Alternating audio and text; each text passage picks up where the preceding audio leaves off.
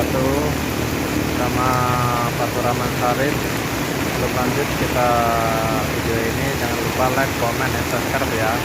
Hujan lebat guys, jembatan GBC banjir.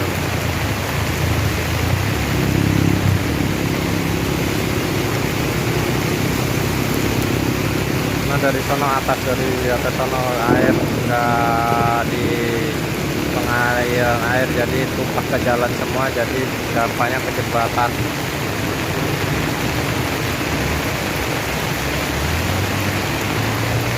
Jembatan genangan air guys.